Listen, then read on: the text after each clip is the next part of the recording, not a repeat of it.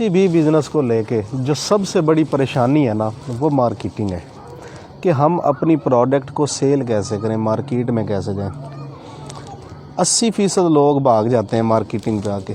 किसी भी चीज़ का प्लांट लगाना, किसी भी चीज़ की प्रोडक्शन करना, ये इतनी मुश्किल नहीं है जितना मुश्किल है उस प्रोडक्ट को ले जाके कंपटीशन के दौर में मार्केट में बेच देना। ये बड़ा फ़न है। जब सोना यूरिया पाकिस्तान में आया था ना, तो खाद कोई नहीं लेता था सोना यूरिया। सेल अफसर जाके रात के वक्त जिस ज़िम्मेदार की फ़सल में पानी लगा होता था ना, ज़िम्मेदार से चोरी उसकी फ़सल में यूरिया डाल आते थे। यूरिया डालने से फ़सल बहुत अच्छी हो जाती है। 3-4 दिन के बाद जाके वो ज़िम्मेदार को पूछता था सेल अफसर, भाई तेरी ए फ़सल अच्छी है, ए कमज़ोर है, दी वजह की है? तो वो कहता था पता नहीं यार, पानी तो मैंने दोनों को एक ही दिन लगाया। तो वो बताते थे कि इस फसल में मैंने यूरिया डाला है आपसे चोरी, और इसमें नहीं डाला। इस तरीके से यूरिया की सेल शुरू हुई थी। बात समझ में? आज 1 करोड़ रुपया लेके जाए ना, तो यूरिया की एजेंसी नहीं मिलती हमें। यानी ये आसान काम नहीं है, ये मुश्किल काम है। लेकिन ये इतना मुश्किल नहीं कि इसको नामुमकिन बना दिया जाए। जब कोका कोला पाकिस्तान में आई थी तो इसकी पहले साल में 25 बोतलें बिकी थी। आज कोका कोला की एजेंसी ले सकता है आम बंदा? नहीं ले सकता, मुश्किल है, लेकिन नामुमकिन नहीं है। ऐसे ही है। चेरी ब्लॉसम का नाम तो सुना होगा आपने? क्रीम नहीं, क्रीम नहीं, पॉलिश। जब चेरी ब्लॉसम मार्केट में आई तो कोई भी ख़रीदार नहीं था। तो जिस बंदे ने चेरी ब्लॉसम बनाई थी उसने मुलाजम रखे जो दुकानों पे जाके पूछते थे, भाई चेरी ब्लॉसम है? वो कहते थे नहीं। तो कहते थे अगर तेरे पास चेरी ब्लॉसम नहीं है तो तेरे पास है क्या? तो रखा क्या? तू कैसा दुकानदार है, तेरे पास चेरी ब्लॉसम ही नहीं है।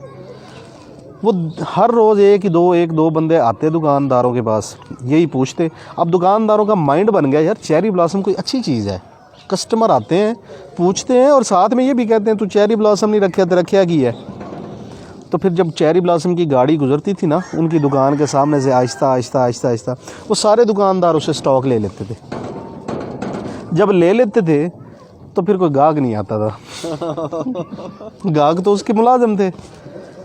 तो ज़ाहिर है कोई भी दुकानदार अपनी दुकान के अंदर एक स्टॉक रख के नहीं बैठ सकता। उन्होंने उसको मजबूरन बेचा, जैसे भी बेचा। तो जब बेचा तो चीज़ अच्छी थी, लोगों ने दोबारा मांगनी शुरू कर दी। तो आज जब भी पॉलिश का नाम जहन में आता है तो पहला नाम हमारे जहन में आता है चेरी ब्लॉसम। ऐसे ही शुरुआत हमेशा मुश्किल होती है, लेकिन कहीं ना कहीं से कभी ना कभी करनी पड़ती है। नया बंदा जब भी प्रोडक्ट मार्केट में लेके जाता है ना, उसके जहन में बड़े ना सुहाने ख्वाब सजाए होते हैं उसने, वो टूट जाते हैं कि मैंने जनाब ये चीज़ बना ली, अब मैं इसको बेचूंगा, अब मैं लखपति हो जाऊंगा, फिर मैं करोड़पति, और फिर मैं अरबपति हो जाऊंगा। होते हैं, ये नहीं कि होते नहीं, लेकिन यार एक प्रोसेस का नाम है ना। अब मैं मिसाल के तौर पे मैंने ये कप बना लिया है और मैं जाता हूँ दुकानदार के पास कि भाई मेरा कप रख लो। दुकानदार पूछेगा भाई तेरा नाम की है, तू कित्थों आया है? ना वो मुझे जानता है, ना वो मेरी प्रोडक्ट को जानता है। वो हमारे से प्रोडक्ट ले लेगा? नहीं लेगा ना। लेकिन अगले हफ्ते सेम डे हम फिर जाते हैं, अस्सलाम वालेकुम जी, मेरा नाम शाहिद है और ये मैं कप बेचता हूँ। तो उसको याद आ जाएगा, यार ये बंदा तो पिछले हफ्ते भी आया था। बात समझ नहीं मेरी? पहले वो हमें जानता ही नहीं था, उसके पास रोज़ाना बंदे आते हैं, वो भूल जाता है। जब आप सेम डे अगले हफ्ते उसके पास जाते हैं तो अब आपने उसको याद करवा दिया कि मेरा नाम क्या है और मैं क्या काम करता हूँ। प्रोडक्ट उसने आपसे फिर भी नहीं लेनी, लेकिन आपने याद करवा दिया। जब आप तीसरे हफ्ते और सेम डे उसी के पास जाते हैं और जाके कहते हैं अस्सलाम वालेकुम, तो फिर आपको ये कप दिखाने की ज़रूरत नहीं। उसको पता है कि आपका नाम शाहिद हुसैन जोई है और आप कप बेचते हैं। मतलब इंट्रोड्यूस हो गया, आपने अपने आप को इस्टेब्लिश कर लिया है कि आपका नाम शाहिद है और आप कप बेचते हैं। अब आपको ये कहने की ज़रूरत नहीं है। तीसरे हफ्ते 20 से 25% दुकानदार कहते हैं अच्छा यार तो यार रख जा 6 कप, ये वेक गए तो मैं तेनों पैसे दे देंगा। मतलब आप दुकान में घुस गए हैं, आपने अपनी जगह बना ली है, आपने बार बार जाके लोगों के जहन में लोगों के दिल में या दुकान में जगह बना ली है। इसको कहते हैं again and again, again and again, बार बार जाएं, बार बार जाएं। जब आप चौथे हफ्ते जाएंगे तो जाके क्या कहेंगे? पैसे ही मांगेंगे ना जी। कप दे गया था जी आपको पिछले हफ्ते, वो जो बिक गए उनके पैसे दे दें, जितने बिक गए पैसे ले लिए और रख दिए। ये क्यों हुआ? क्यों आपने पहले पैसे ले लिए, पहली सेल उठा ली उस दुकानदार से? क्योंकि आप बार बार जा रहे थे उसके पास। मार्केटिंग का पहला रूल ही यही है, अगेन एंड अगेन जाएं, कभी भी मिस मत करें। हमारा सेलमैन गलती क्या करता है और कहाँ पे करता है पता है आपको? एक बंदे के पास वो जाता है, उससे बातचीत करता है, प्रोडक्ट उसको देने की कोशिश करता है, वो नहीं लेता तो नया बंदा दोबारा नहीं जाता। यार मैं पहले भी गया सी, ये तो साढ़े को चीज़ लेना ही नहीं, साढ़े कप खरीदता ही नहीं। वो ले या ना ले, आपने जाना ज़रूर है। अगर आप एक दिन में 20 दुकानें करते हैं तो अगले हफ्ते उसी दिन में 20 ही दुकानें करेंगे आप। ये नहीं कि 18 कर लें, 2 का रवैया अच्छा नहीं था तो आपने कहा नहीं यार इनके पास नहीं जाना। फिर होता क्या है, दुकानदार के पास आप ये चीज़ रख देते हैं। अब दुकान तो बहुत बड़ी है और दुकानदार 2 से 3 घंटों में थक जाता है। कितनी देर खड़ा रह सकता है दुकानदार या सेल्समैन? फिर वो एक जगह पे या खड़ा होता है या बैठता है। जब वो बैठ जाता है तो फिर उसकी कोशिश होती है और आदत भी होती है कि जो चीज़ें नज़दीक पड़ी है वही बेच दे। कप बेचना है ना, मेरा कप ये है तो किसी और का कप ये है, ये दूर रखा हुआ है, ये नज़दीक रखा हुआ है। जब कप लेने के लिए कोई आ गया ना गाहक, तो उन्हें कहना यार है बड़ा अच्छा है ले जा। क्यों? ये तो ऐसे उठा के ऐसे देना ना है, ये उसको उठाने के लिए ना ऐसे होना पड़ता है। ये वो चीज़ ज़्यादा बिकती है जो उसके नज़दीक पड़ी है, उसकी दस्तरस में है, उसकी छतर छाया में पड़ी है, उसके बाजुओं के नीचे पड़ी हुई है। ये चीज़ ज़्यादा बिकेगी। इसको कहते हैं एक्सेसिबिलिटी, कि दुकानदार की एक्सेस में पड़ी हुई है कोई चीज़। तो हमेशा जो भी चीज़ आप बेचना चाह रहे हैं वो दुकानदार के नज़दीक रखें, ज़्यादा बिकेगी। हमेशा ऐसे होता है।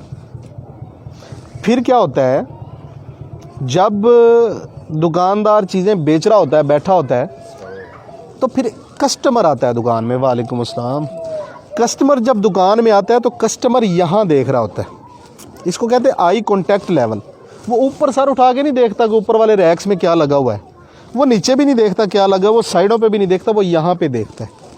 तो आपने अपनी प्रोडक्ट को दुकानदार के हाथ के नीचे लेकिन कस्टमर के सामने रखना है। वालेकुम अस्सलाम, तशरीफ़ रखो। इसको कहते हैं विजिबिलिटी। जो चीज़ नज़र आती है वो बिकती है। कहते हैं ना जो दिखता है वो बिकता है। कप है, दुकानदार के हाथ के नीचे भी पड़ा है, खा वो पीछे पड़ा है, खा वो आगे पड़ा है, खा लेफ़्ट राइट पड़ा है, वो नज़र भी आ रहा हो उसको। अब जो देखने वाला ना उसके पास चॉइसेस है महदूद। जो चीज़ें नज़र आ रही, ये कप पड़ा है इसके साथ, फिर मेरा कप है, फिर मेरा कप है, फिर मेरा कप है, 4-5 कलर में, वो इन्हीं में से एक चीज़ उठाएगा ना। वो दूर जाके कॉर्नर में पड़ी हुई चीज़ को ना देखेगा ना उठाएगा।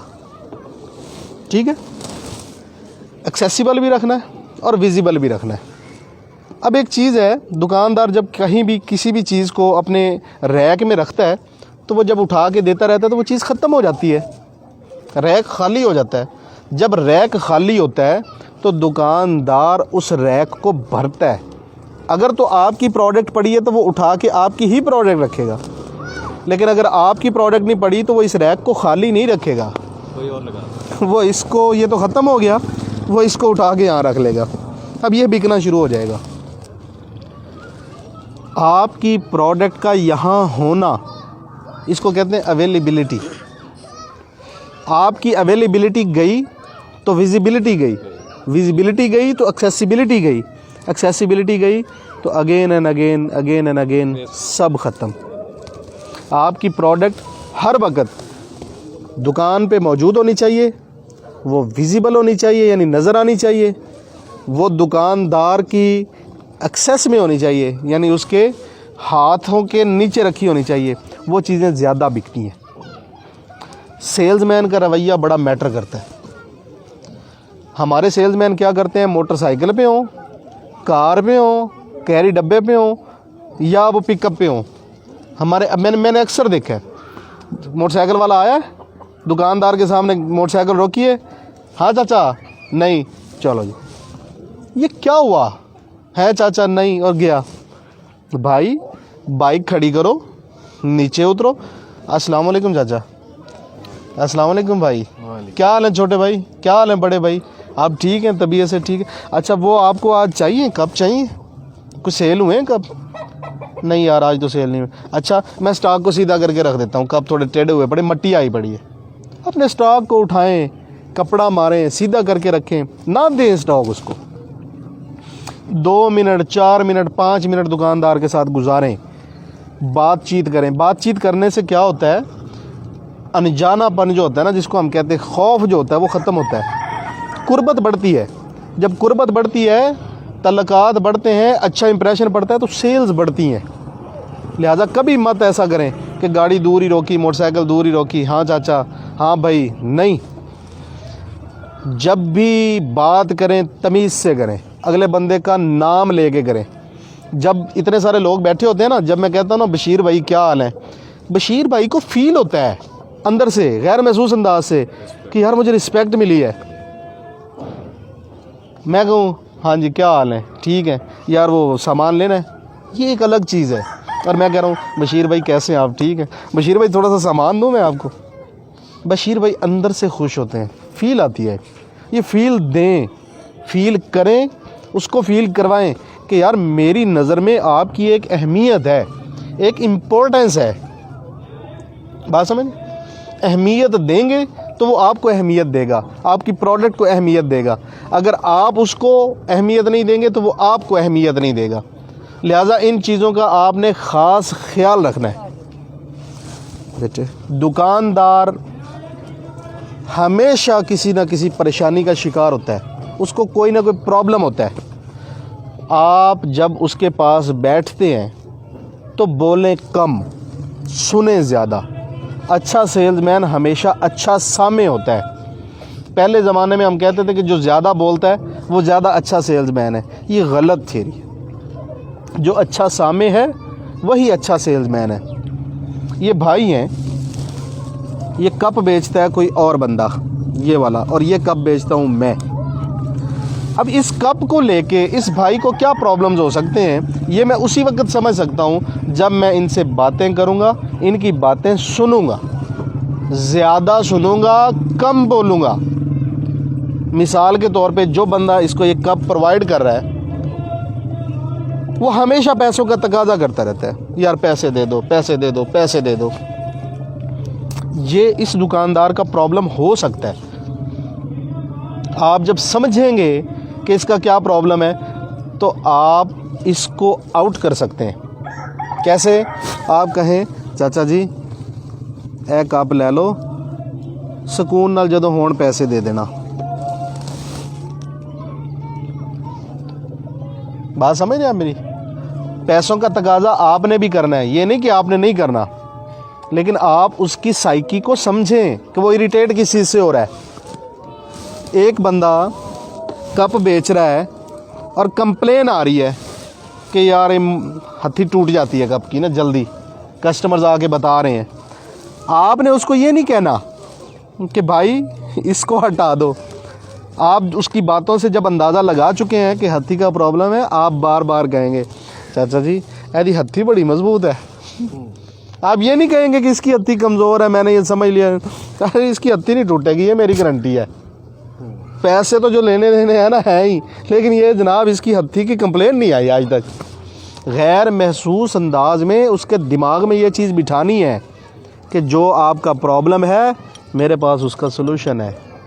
आप चीज़ नहीं बेचेंगे, आप अपनी प्रोडक्ट के ज़रिए उस बंदे के प्रॉब्लम का सलूशन बेचेंगे। सलूशन बिका तो ये साहब आउट हैं और ये इन है।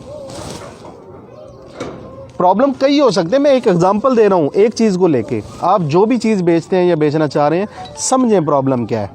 रेट का प्रॉब्लम हो सकता है, बंदे के बिहेवियर का प्रॉब्लम हो सकता है, अवेलेबिलिटी का प्रॉब्लम हो सकता है, या जो है ना मार्केट में से कुछ और भी कंप्लेंट्स आ रही हैं, ABCD। समझें, तसल्ली से बातचीत करें, आप सबसे अच्छे सेल्समैन बन सकते हैं। ज़रूरी नहीं है कि आप अनाड़ी हैं तो आप सेल नहीं कर सकते। मेरी ये 5 या 6 बातें याद रख लें, मेहनत शुरू कर दें। 1 महीने में नई प्रोडक्ट लेके नए बंदे हो के आप मार्केट से पैसा उठाना शुरू कर देंगे।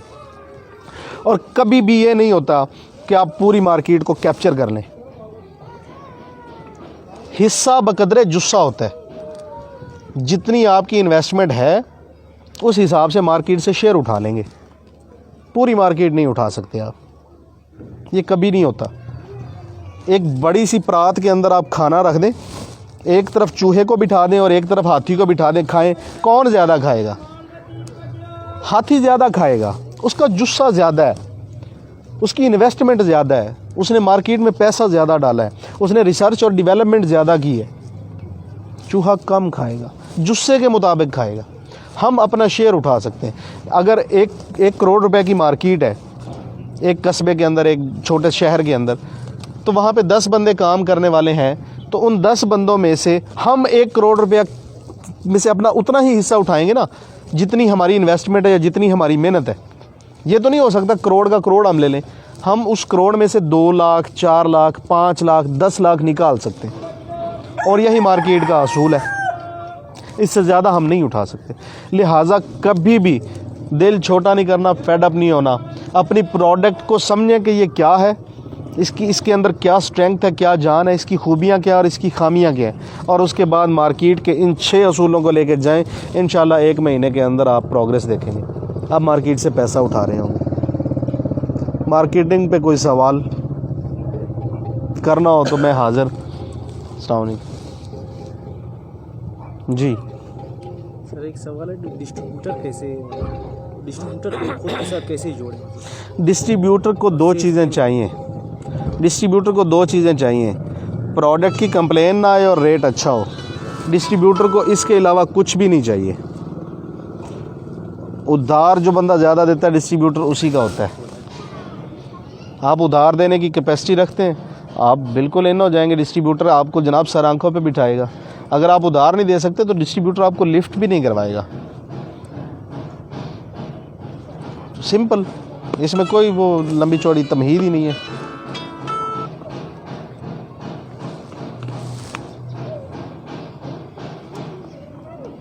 पहचान किवें की जा सकती डिस्ट्रीब्यूटर की कि ਅਸੀਂ ਉਹਨੂੰ ਉਧਾਰ ਦੇ ਰਹੇ ਹਾਂ ਤੇ ਮਾਲ ਤੁਹਾਨੂੰ ਮਸਲਨ ऐसे? डिस्ट्रीब्यूटर कदे भी पैसे नहीं रखता किसी दे। डिस्ट्रीब्यूटर ਜਿਹੜਾ ਟਾਈਮ ਦਿੰਦਾ ਉਸ ਤੋਂ 2-4 ਦਿਨ 5 ਦਿਨ ਉੱਤੇ ਥੱਲੇ ਤੇ ਕਰ ਸਕਦਾ, ਲੇਕਿਨ ਇਹ ਨਹੀਂ ਹੋ ਸਕਦਾ ਕਿ ਡਿਸਟ੍ਰੀਬਿਊਟਰ ਤੁਹਾਨੂੰ ਪੈਸਾ ਨਾ ਦੇਵੇ। ਉਹਦੇ ਕੋਲ ਜਿਸ ਟਾਈਮ ਸੇਲਮੈਨਾਂ ਦਾ ਰਸ਼ ਲੱਗਿਆ ਹੁੰਦਾ, ਜਿਸ ਟਾਈਮ ਮਾਲ ਲੈਣ ਵਾਲਿਆਂ ਦਾ ਰਸ਼ ਲੱਗਿਆ ਹੁੰਦਾ, ਉਸ ਟਾਈਮ ਜਾ ਕੇ ਉੱਚੀ ਆਵਾਜ਼ ਨਾਲ ਇੱਕ ਵਾਰੀ ਕਹਿ ਤਾਂ ਦਿਓ, ਉਹ ਭਾਈ ਤੂੰ ਮੇਰੇ ਪੈਸੇ ਕਿਉਂ ਨਹੀਂ ਦਿੰਦਾ? ਡਿਸਟ੍ਰੀਬਿਊਟਰ ਕਹੇਗਾ ਉਹ ਮੇਰੀ ਗੱਲ ਸੁਣ, ਚੁੱਪ ਕਰ, ਇੱਥੇ ਬਹਿ ਚਾਹ ਪੀ। ਉਹਨੂੰ ਆਪਣੀ ਇੱਜ਼ਤ, ਆਪਣੀ ਰਿਪਿਊਟ ਬਹੁਤ ਜ਼ਿਆਦਾ ਪਿਆਰੀ ਹੈ। अगर तुहाड़ी चीज़ ख़राब है वो तो कहेगा भाई तेरी चीज़ ख़राब है, चुक अपनी चीज़ और जा। लेकिन अगर तेरी चीज़ ठीक है ना, तेरा पैसे नहीं रखेगा। अगर ओदी रिप्यूट एक दफ़ा ये बन गई कि लोगों के पैसे खा जाता, किहड़ी कंपनी ओदे नज़दीक लगेगी? ये नहीं हो सकता।